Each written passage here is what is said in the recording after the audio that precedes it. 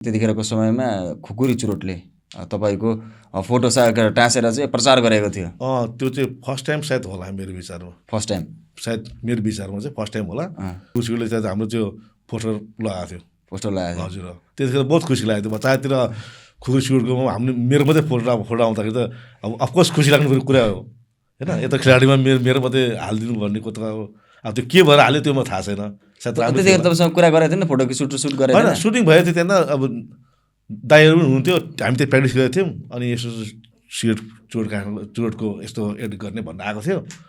अनि त्यसमा हामीले अब हुन्छ भने अब त्यतिखेर हामीलाई न त्यतिखेर न पैसा थियो न के थियो। अब अहिले त पैसा पाउँथ्यो होला त्यतिखेर। पैसा पनि दिएको थियो त्यतिखेर? फ्री भन्यो नि, त्यतिखेर पैसा कुरै थिएन। पैसा भन्ने कुरै थिएन। पोस्टर टाँच्यो त्यसमा खुसी।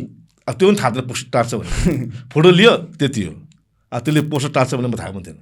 तपाईँले कहाँ देख्नु पहिलोचोटि आफ्नो पोस्टर टाँसेको चाहिँ कहाँ देख्नु भएको थियो? त त्यसरी हामी ट्रेनिङ काठमाडौँ हुन्थ्यो, मलाई थाहा पनि थिएन कि पोस्टर टाँग्यो भनेर। पछि यता सायद काठमाडौँमा टाँगेन होला कि अब बाहिरतिर कहाँ टाँग्यो होला मेरो विचारमा। अनि त्यतिखेर खुकुरी चुरोटको पोस्टर आएको छ भन्यो।